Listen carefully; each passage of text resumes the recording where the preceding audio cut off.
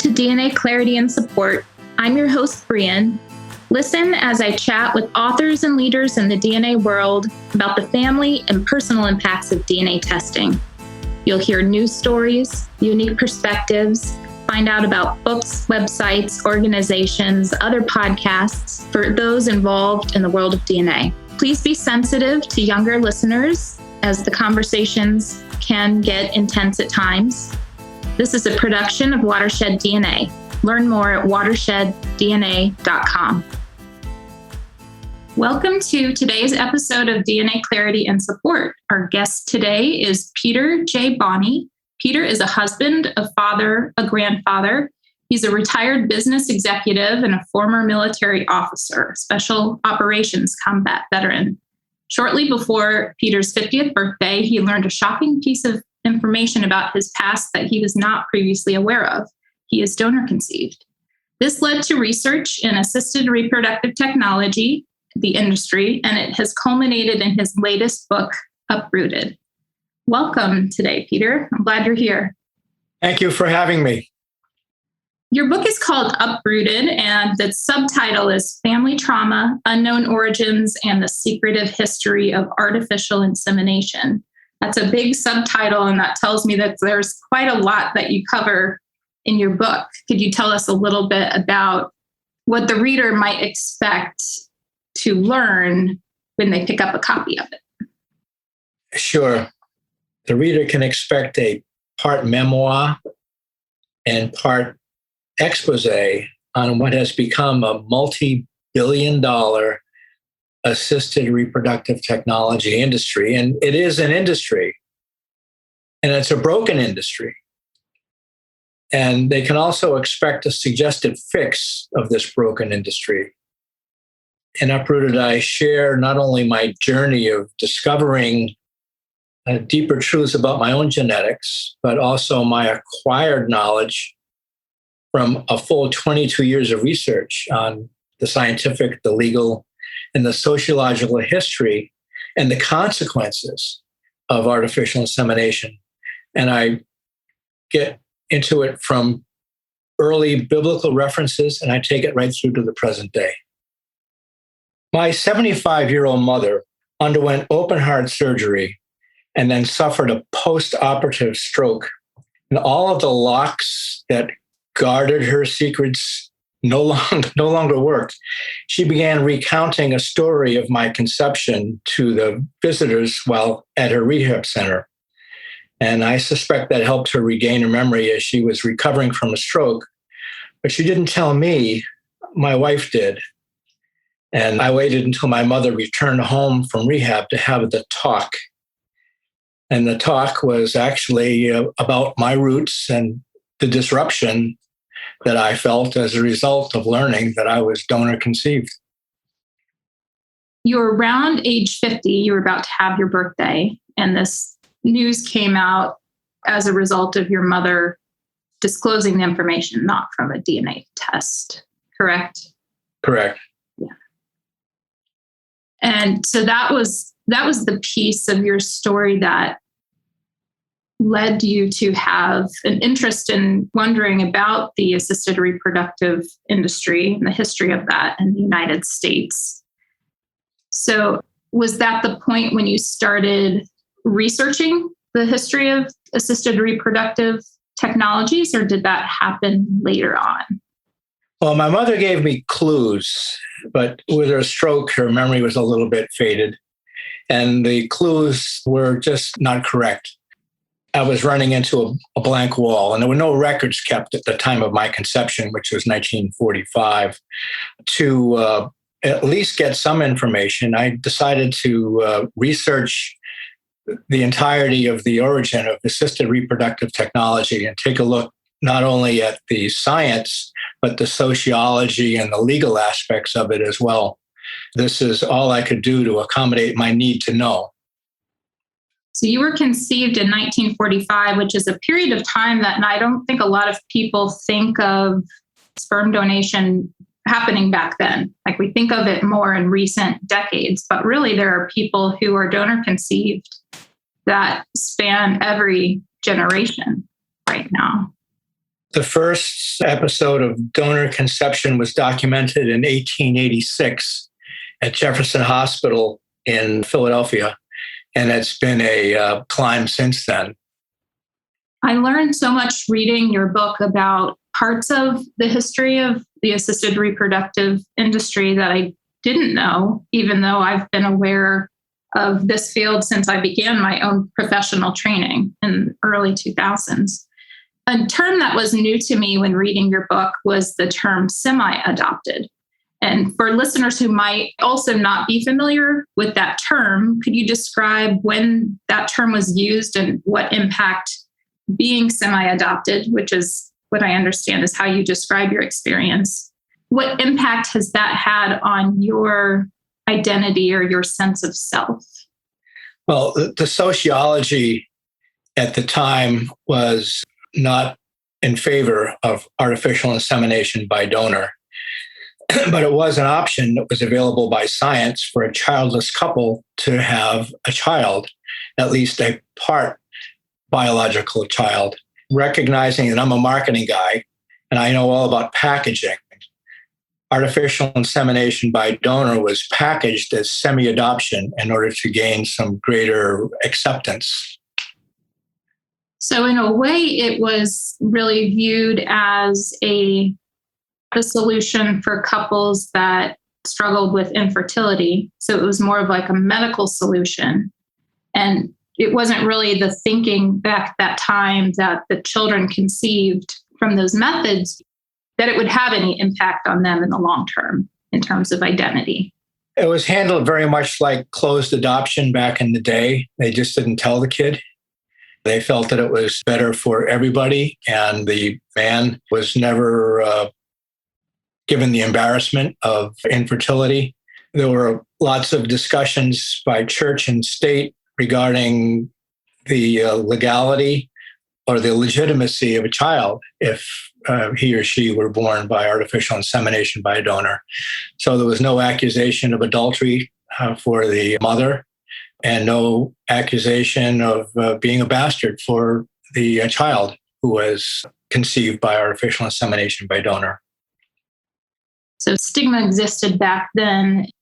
So the societal, sociological perspective, if you keep it a secret, no one gets hurt. And what we've learned especially in recent years and recent decades, is that genetic identity is really important for people to have. And within the world of misattributed parentage, there are lots of different types. There's late discovery versus early disclosure, adoptees, people who are donor conceived, people who were conceived from extramarital relationships. Sometimes the biological father and social father were both aware, and some situations there's not. So there's a lot of variation from one experience to the next for people who have misattributed parentage. Misattributed was a term that was actually totally unfamiliar to me until I began researching my origin. Misconceived, misunderstood, misnomer. I was familiar with all the other miswords, but it means that someone is an NPE, or you're misattributed through a non-parental event to one or both parents. Your birth certificate, your DNA just don't jive, and you just outlined a number of the reasons why somebody could be misattributed. For me, I was, in quotes, semi-adopted in a highly secretive process where parents were fully complicit. Artificial insemination by an anonymous donor. I was sperm donor conceived. Mm-hmm. As you were researching for your book, at what point did it become aware to you that this needed to be a book?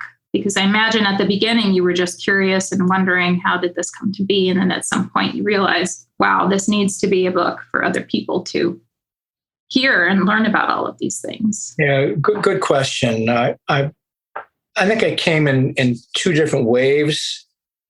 Wave number one is when I was just doing the research on the history. I found the history, the sociology, the science really just flat out interesting. But when I finally, after 22 years of searching for my paternal roots, discovered those paternal roots, and then uncovered a close relative, a sister, as a result of that research. I was compelled to write this down, and I found it actually therapeutic to write it down. And as I was writing it down, I was doing more research on the current situation in artificial insemination by donor or in assisted reproductive technology. And when I took more a look at the current situation, I was really compelled to write it down. There just seems to be so many inequities and ethical issues with the industry that enables the conception of dozens, if not 100 or more, half-siblings from the same donor without their knowledge. So there's an aspect of your book that follows your personal story, but at the same time, you're pointing out all of the different aspects of the industry that are impacting not only your past, but people today, like other people. It's a lucrative industry with several segments. Fertility practitioners around the globe now actually participate in a several billion dollar services industry that's supported by some products that could well attract the likes of Goldman Sachs and JP Morgan. The sperm banks themselves account for $3.5 billion of annual revenue. And the sperm market is actually forecasted to grow to $5 billion just in the next few years. And then advances in assisted reproductive technology have also created new and rapidly growing segments for eggs, embryoi, and surrogates as well. Large and fast-growing markets, by the way, are protected by law from foreign competition. The FDA has banned gamete importation to the U.S. along the same lines that they've banned these disease-bearing organic products. Have you ever tried to get an apple out of customs? Yeah, like when you get off a plane, you have to declare if you have any.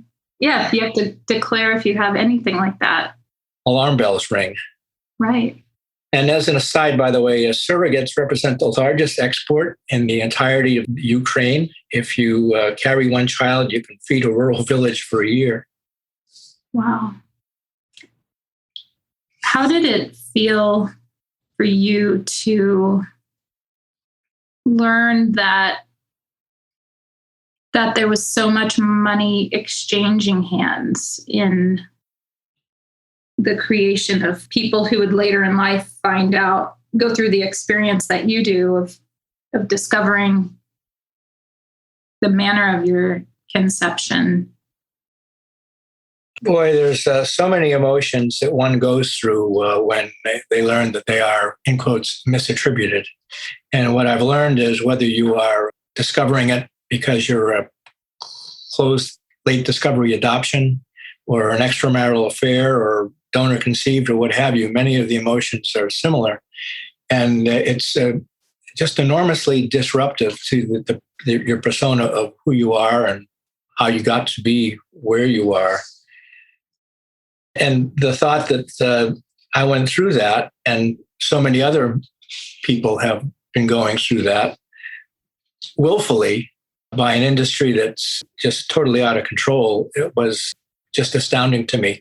I have a friend who used to breed Rottweilers, and I shared with him much of my story. And his perspective was that there's more regulation for breeding puppies and more regulation for breeding dogs and more protection to the unborn puppy than there are in this entirely large business called the conception of a human being. You bring up the term rights, and it reminded me that at the end of your book, you include a list of the Bill of Rights of the donor conceived. Can we talk about that for a little bit? Because I know this is a list that's partly inspired by other people, but some of your own ideas as well. That was a great part of your book that I felt like it brought together all of the different pieces that you explore in more detail throughout your book. And you narrowed it down to the main points that maybe people who haven't spent a lot of time thinking about what the experience would be like to be donor conceived. It helps a person like myself step into the shoes of you and others who've been through the experience of discovering that they're donor conceived and see that experience through your eyes. Do you want to talk about the Bill of Rights a little bit? Sure. It's terrific that medical science has advanced to the tune that it has to enable wanting people to have a family. I mean, that's fine. But the laws on the books all lean towards protecting the donors and protecting the recipients. Sure, they have rights, but can you point to any federal law that actually protects the rights of the donor-conceived child? I mean, somebody like me, the donor-conceived rights would abolish donor anonymity. You don't have that anyway with DNA science today. Anonymity has basically been obsoleted by 21st century technology. It would disclose donor genetics and medical history. It would require genetic testing of a donor. It would limit the number of offspring per donor so that someone doesn't have 100 siblings that they don't know. And it would register the sibling donor offspring to one another so that they would know. It would require donor and recipient counseling regarding the need and the rights of the donor-conceived child, and then define some legal consequences for blatant fertility fraud. Right now, today, you can take a look at some fraudulent situations that have gone on and say, gosh, that really is unethical, isn't it? But there's no legal recourse. So the Bill of Rights essentially are drawing attention to the fact that there's not uniformity across the industry of everybody doing these things. I imagine that there's a lot of cryobanks and fertility clinics that are already starting to do or have already adopted some of these practices, but it's not across the board. That's kind of the issue at large that I think your book will help bring the conversation in is right now it's not uniform across the board, and we need to change that. There may be some guidelines. There's a trade association that puts out guidelines. A guideline is not a law. A guideline is not enforceable by law. That's a part of the issue. And even the guidelines, if they are adhered to, state that they're looking to restrict the donor conception to 25 per donor per 800,000 population. Well, if that's a guideline for each sperm bank or gamete bank to follow, that would mean that in the city of Sacramento, for instance, I would have 25 siblings. In metropolitan Boston, I'd have 125 siblings. Wow. But if I were in New York City or Los Angeles, following that guideline, I'd have 250 siblings. So is that really a guideline to follow? And it's not a law. Now, if I were to donate to a sperm bank and they follow that guideline, there's nothing precluding me from going to 6 other sperm banks. So you take that guideline, multiply it by 6.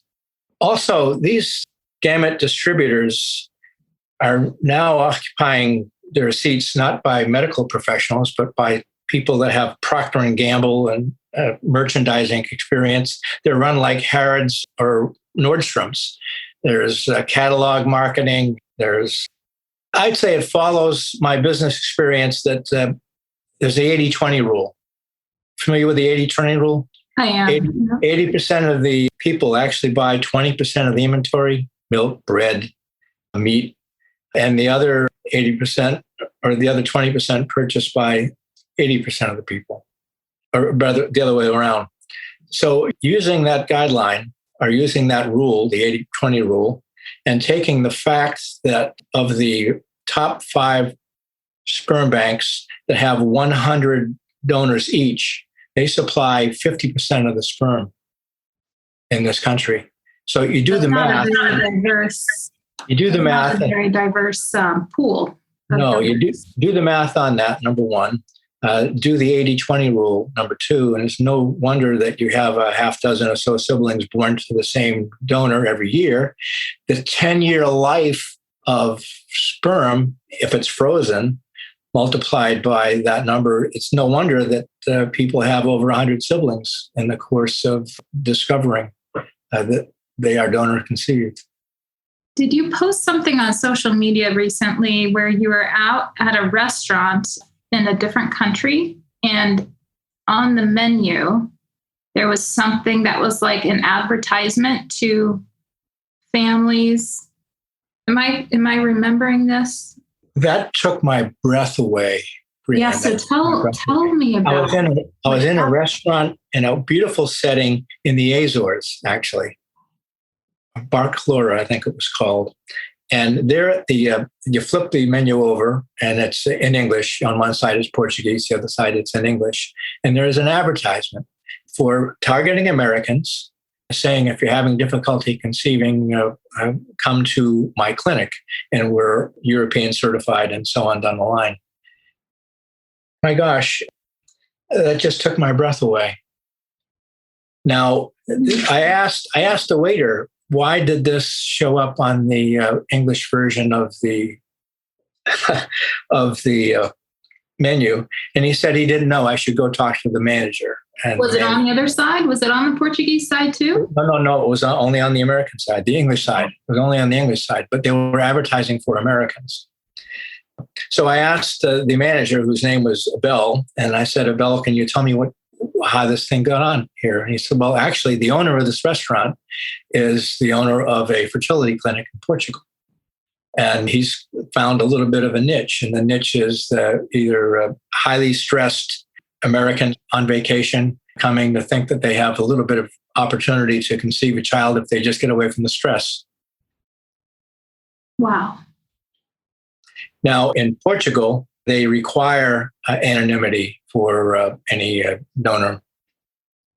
So then that would be perceived as a benefit for a couple that wants to have an anonymous donor? Well, or the uninformed that just aren't knowledgeable about the impact of misattribution on a child when they late discover it.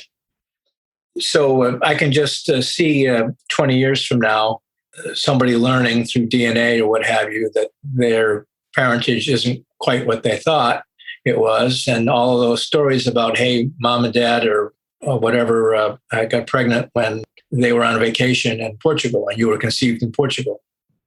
Yeah. If the full story comes out, I mean, if mom and dad have already died before the child makes the discovery, they may never know the true whole story. No, they may never know. They may think an extramarital affair or any number of things. They may think that their mom was raped. I mean, who knows? Right.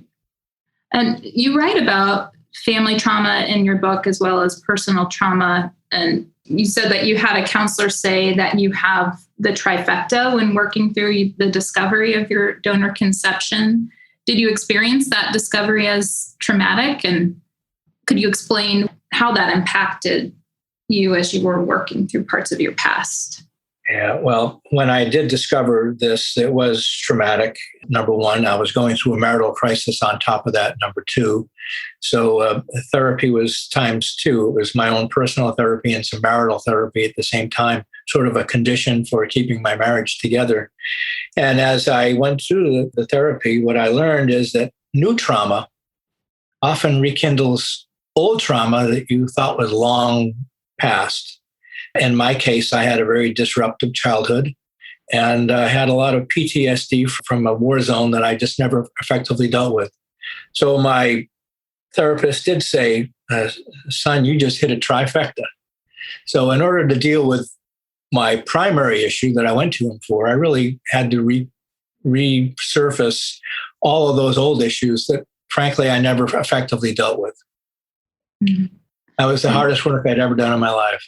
I can only imagine. And when did that happen? Because that was maybe a time when the recognition of the importance of counseling and not having that be stigmatized. Yeah, it was in 1995 when I first discovered this.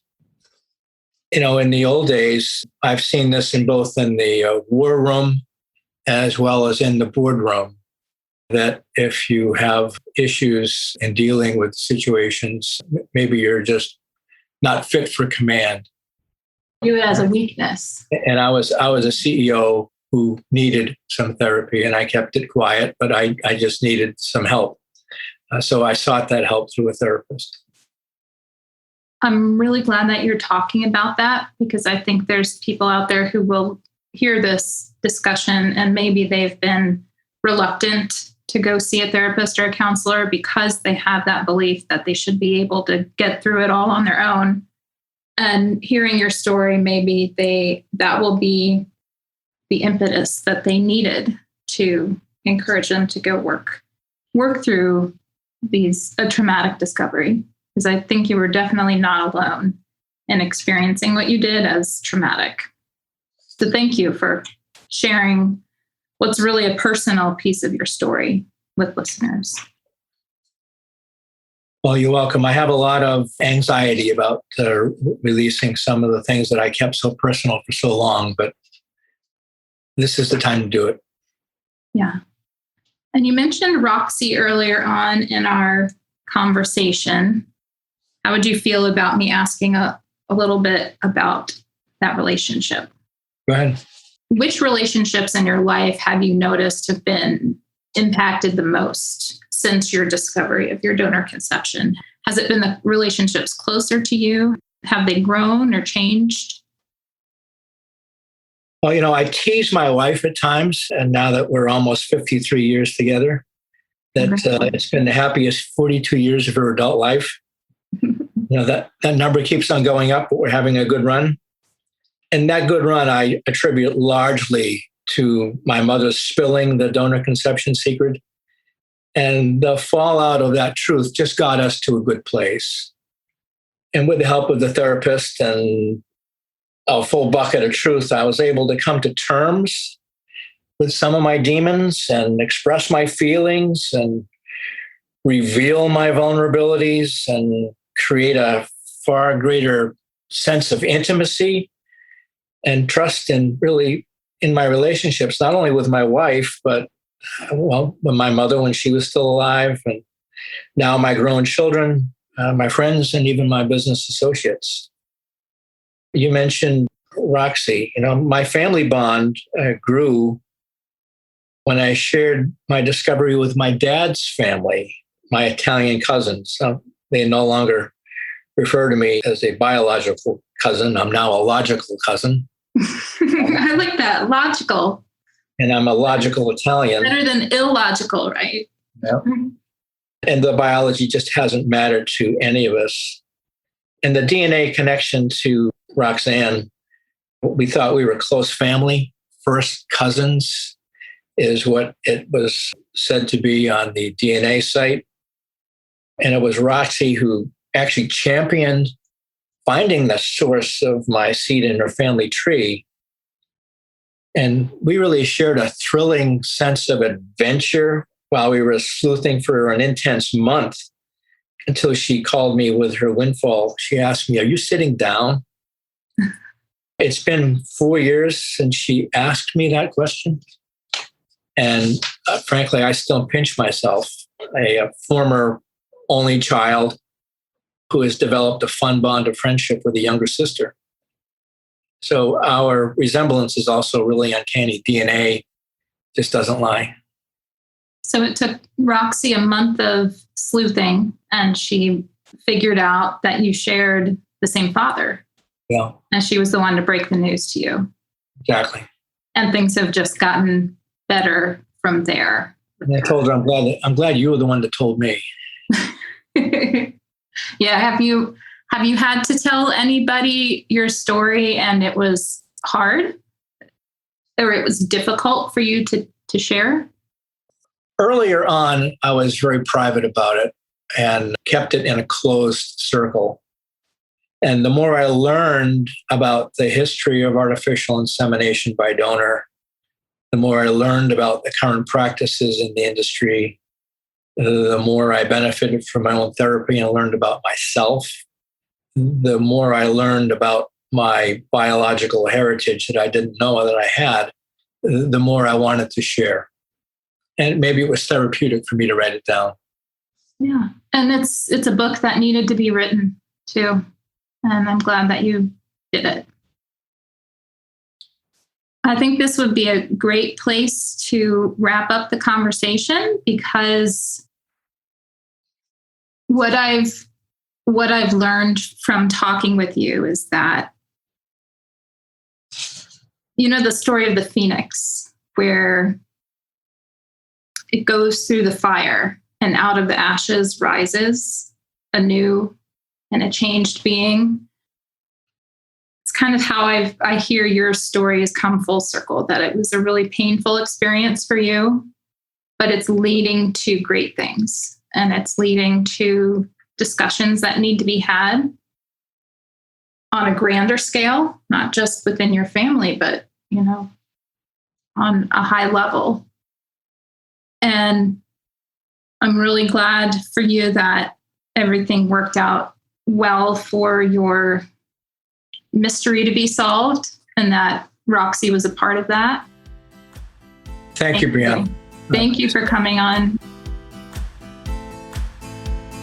Thanks for listening to today's episode of DNA Clarity and Support podcast. Head on over to watersheddDNA.com to learn more about the resources and support available for those involved in DNA discoveries.